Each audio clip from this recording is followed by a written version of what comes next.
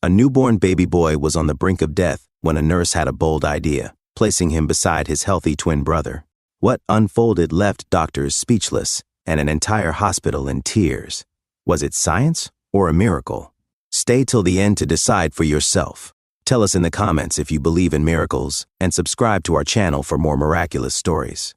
Nurse Rachel Carter had barely made it out of the hospital doors when a voice called her back. "Rachel, we need you, right now." Her body screamed for rest, her 18-hour shift weighing her down like a ton of bricks. But the urgency in the doctor's voice snapped her out of it. She turned back, instinct taking over.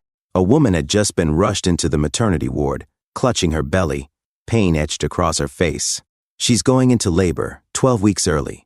Rachel's stomach tightened. 12 weeks premature? That was dangerous. She had spent years in the emergency room, handling everything from cardiac arrests to life-threatening injuries. But preterm births were different. Each second counted. Each breath was a battle. The moment Rachel stepped into the delivery room, the tension hit her like a wave. The mother, Lena Thompson, lay on the operating table, tears streaking down her face. "Please, save my babies," she gasped between contractions. Beside her, Chris Thompson squeezed her hand, his own face pale with fear. "Doctor, is she going to be okay?" The medical team worked swiftly. There was no time to answer. Rachel moved into action, setting up the necessary equipment as the doctor made a grim announcement. "We have no choice. We need to do an emergency C-section."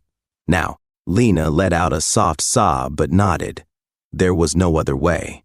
Within moments, the room became a flurry of movement. Every single person knew what was at stake.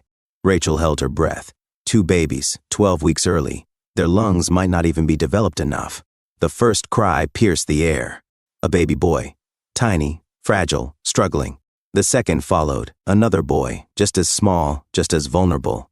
Rachel's heart clenched as she watched the neonatologists rush them into separate incubators, their skin so delicate it was nearly translucent. They were fighters. But were they strong enough to survive? As the machines beeped and doctors stabilized the babies, Rachel stepped over to the exhausted parents. "They're alive," she said softly, "but they're very premature. We're doing everything we can." Lena and Chris nodded, relief and fear warring on their faces. Rachel should have felt the same sense of reassurance, but something gnawed at her. Something felt off, and she would soon find out why. Rachel had seen premature births before. She had seen parents break down, had seen babies fight for life with every fragile breath. But something about Noah and Eli unsettled her. She stood outside the neonatal intensive care unit, NICU, watching through the glass as the twins lay in their separate incubators, tiny bodies covered in tubes and wires. Machines beeped in rhythm, monitoring every flicker of life. Noah, the older twin, moved ever so slightly, a good sign. His oxygen levels were stabilizing. His little chest rose and fell, weak but determined. But Eli, Rachel frowned. He wasn't moving. His monitors told a different story. His heart rate was low, his breathing uneven. The doctors were already adjusting his ventilator, increasing support. Chris Thompson, the twins' father, stood a few feet away, his hands gripping the back of a chair as if holding himself upright. His eyes flicked between the 2 incubators, locking onto Eli. Rachel stepped inside the NICU, approaching cautiously. "Chris," she said gently. He didn't look at her. "Why is Noah getting stronger and Eli isn't?" His voice was hoarse, edged with something between fear and frustration. Rachel hesitated, choosing her words carefully. "Every baby responds differently. Preemies have their own pace." Chris turned to her then, eyes red-rimmed. "But this isn't normal, is it?" Rachel exhaled. No, it wasn't. Before she could respond, Lena's voice broke through the hospital room's intercom. "Chris?" Rachel turned. Lena was still in recovery, too weak to move, but she had called from her hospital bed. Chris rushed to the intercom, pressing the button. "I'm here, sweetheart," he said, forcing calm into his voice. Rachel could hear Lena's labored breathing. "The boys, are they okay?" Chris swallowed hard. "Noah's doing well. Eli, he's still struggling." Silence. Then, Lena whispered something Rachel didn't expect. "What if it's because of me?" Rachel's pulse skipped. Chris stiffened. "Lena, don't." But she cut him off. "You know it's possible." Chris let out a slow, shuddering breath. "We don't know that." Rachel watched them carefully. "Know what?" Chris's jaw clenched before he turned to Rachel. Lena has a rare genetic condition. The doctors ran tests before birth, but we don't know if the boys inherited it. Rachel's stomach dropped. If Eli had inherited something undetectable, that could explain why he wasn't responding like Noah. We'll run more tests, Rachel said, but the words felt hollow. Eli didn't have time to wait for answers. He needed help, now. Rachel lingered at his incubator, staring down at the helpless newborn. Come on, little one. You have to fight. But Eli didn't move. Rachel felt it in her gut. Something was very, very wrong. And soon the entire hospital would find out just how bad it really was. By the time she walked into the NICU for her next shift, her worst fear was already unfolding. The moment she entered, alarms were blaring. Eli's monitors flashed red. His oxygen levels had plummeted, his tiny chest barely rising. A group of doctors and nurses surrounded his incubator, working frantically. Rachel rushed forward. What's happening? One of the neonatologists didn't look up. He's crashing. Rachel's stomach dropped. She turned to Noah's incubator. He was still stable. Why was Eli declining so fast? Chris stood frozen just outside the NICU, fists clenched so tight his knuckles had turned white. Rachel, she turned to see a nurse holding out a hospital phone. It's Lena. Rachel took the receiver. Lena, it's me. Her voice was raw. Is my baby dying? Rachel closed her eyes for a beat. She had no answer. She turned back to Eli's tiny body, barely clinging to life. Lena, she said softly, we're doing everything we can. But deep down, Rachel knew the truth. Everything wasn't enough. The hours passed in a blur of desperation. Every test came back the same. No infections, no signs of Lena's genetic condition.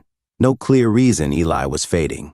Rachel stood outside the NICU, watching the doctors adjust his ventilator for the third time. Chris sat in a chair, staring at the floor, completely drained. Rachel knew the medical team had exhausted every standard approach. They were running out of options. That's when an idea struck her. It was unconventional. It was risky, but it was the only thing she could think of. She pulled up a chair beside Chris, lowering her voice. I want to try something.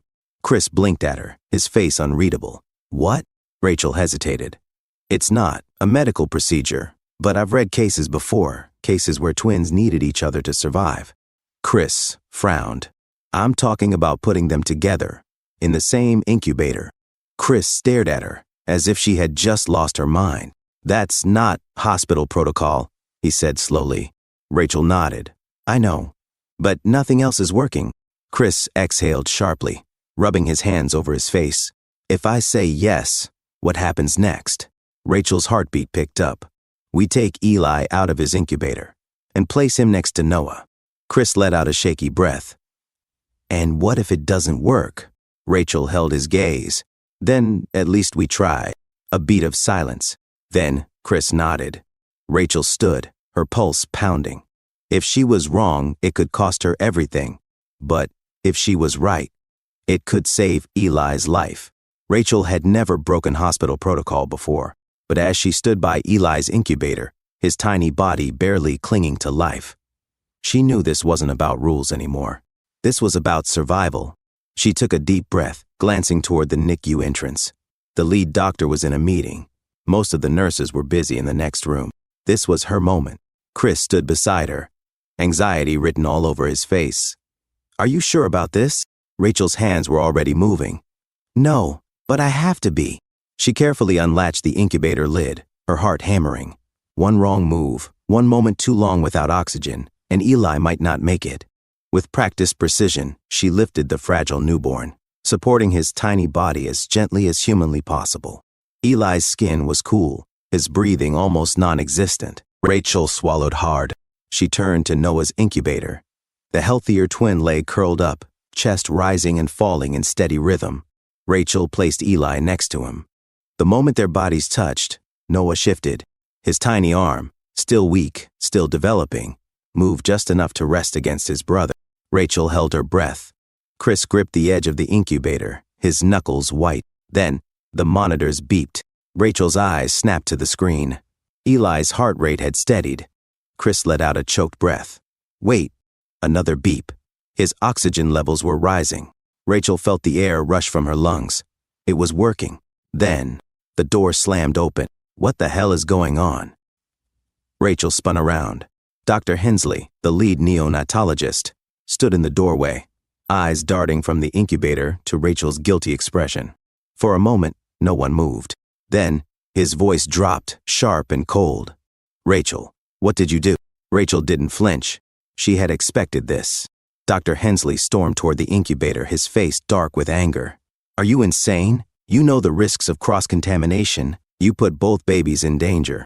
He was already reaching for Eli, ready to separate them. Rachel blocked his hand. "Look at the monitors," she said firmly. Dr. Hensley hesitated, his gaze flicking to the screen.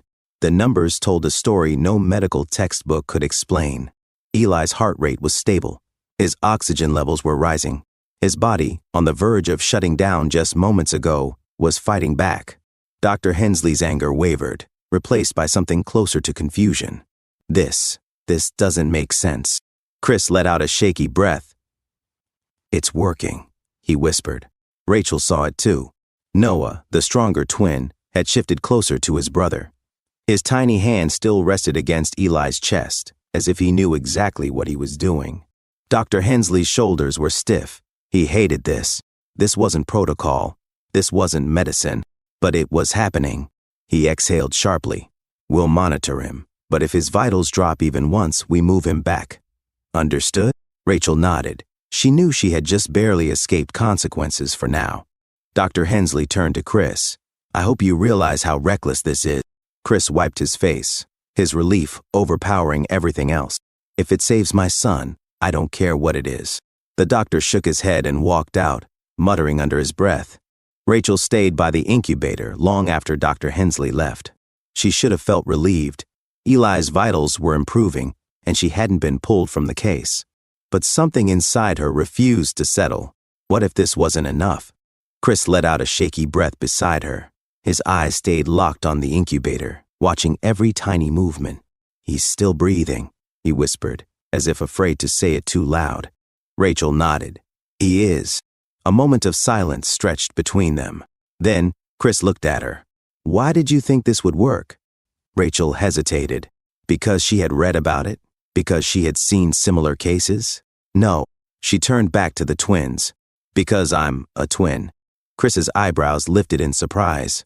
"My brother, Ethan, and I. We've always had this connection. Even when we were kids, if one of us was sick, the other just knew. I can't explain it. But I felt it." Chris exhaled. "So you trusted your gut?" Rachel's lips pressed together. "I trusted them." She glanced down at Noah, still curled up next to his brother. He had done what no medical intervention could, and Eli was fighting back. The next few hours were crucial. Rachel and the medical team monitored Eli's vitals, watching for any sign of distress. But he never declined. His oxygen levels continued to climb. His weak heartbeat grew stronger. By the next morning, the unthinkable had happened. Eli opened his eyes. Rachel's breath caught. Chris, who had barely left the NICU all night, let out a stunned laugh. "Oh my God," he whispered. "He's awake." The moment Eli opened his eyes, the energy in the NICU shifted. Chris pressed his hand against the incubator, his breath unsteady. "He's really here," he whispered. Rachel barely moved, watching as Eli's tiny fingers twitched beside his brother's. Every small movement felt like a victory. Then, something even more incredible happened. Noah, who had barely reacted to anything other than his brother's presence, shifted closer. His tiny hand gripped Eli's. And for the first time since his birth, Eli's frail body responded. Rachel inhaled sharply. The monitors beeped steadily, showing exactly what she was seeing. Eli's vitals were rising again. Chris let out a choked breath. "Did you see that?" Rachel nodded. She saw everything. The neonatal doctors, once skeptical of her decision, were now standing at the entrance, silent, watching. They couldn't deny it anymore. Whatever was happening between these two boys, it was real. Over the next few days, Eli's progress defied every expectation. His skin, once pale and weak, grew stronger. His tiny lungs, once barely functioning, began to stabilize. By the end of the week, he no longer needed full ventilator support. The hospital staff started calling them the Miracle Brothers. Chris and Lena, still recovering, spent every waking moment by their side. Lena, finally strong enough to leave her hospital bed, saw them together for the first time. Tears filled her eyes. "I was so scared I'd lose him." Chris wrapped an arm around her, his voice thick. "We almost did." Rachel stood beside them, a quiet but unwavering presence. She had risked everything to follow her gut. And now, Eli was living proof that sometimes medicine alone wasn't enough. Sometimes, love was the difference between life and death. The story of Noah and Eli spread through the hospital like wildfire. Doctors who had dismissed Rachel's unconventional decision now watched in awe as Eli continued to grow stronger. By the second week, he no longer needed a feeding tube. By the third, he could breathe entirely on his own. And through it all, Noah remained right there beside him. The two boys never let go of each other, their tiny hands often intertwined as if they knew they had survived together. Chris and Lena couldn't believe what they were witnessing. "This is impossible," Lena whispered, watching her sons in the incubator. Chris wiped his eyes. "It's a miracle." Rachel, standing beside them, said nothing. She didn't need to. She had known it before anyone else did. By the end of the month, it was official. Eli was cleared for release. The same baby who had been seconds from death, who had baffled doctors with his unexplained decline, was now being discharged alongside his brother. When the hospital staff gathered to see the boys off, even Dr. Hensley, the same man who had tried to stop Rachel, stood among them. Rachel adjusted the tiny car seat straps around Eli, still careful despite his newfound strength. Dr. Hensley cleared his throat. "I suppose I owe you an apology." Rachel arched a brow. "I misjudged you," he admitted. "I won't pretend I understand how it worked, but I can't deny what I saw." Rachel offered a small, knowing smile. "Some things don't need to be understood, just believed." Dr. Hensley smirked. "Don't push it, Carter," she chuckled, stepping back as Chris and Lena gathered their boys. Before Lena left, she turned to Rachel with tear-filled eyes. "You didn't just save my son," her voice shook. "You saved my family." Rachel, for the first time in a long time, felt her throat tighten. Noah and Eli were leaving, but their story wasn't over. It was only just beginning. Years passed. Noah and Eli grew into strong, healthy boys, inseparable from the moment they entered the world. Their parents often told them the story, how one brother saved the other without a single word, without a single medical explanation. Lena would smile as she watched them play, always side by side. Even now, they reached for each other instinctively. Chris would shake his head in wonder. "I still don't understand how it happened." Rachel, who remained close to the family, never tried to explain it, because some things weren't meant to be explained. Some things, like the bond between twins, like the strength of love, were simply meant to be felt. As Rachel sat in her quiet apartment one evening, she thought back to that night in the NICU, the beeping monitors, the fading heartbeat, the moment Noah reached for Eli, and life itself seemed to fight back. Was it science? Was it instinct? Or was it something beyond human understanding? She didn't know. But what she did know was this: sometimes, the strongest medicine isn't found in a vial or a machine. Sometimes, the cure is connection. Do you believe in the unexplainable? Have you ever felt a bond so strong it defied logic? Let us know in the comments. We'd love to hear your stories. And if this story moved you, make sure to like, subscribe, and turn on notifications so you don't miss the next one. Thank you for watching, and we'll see you in the next story.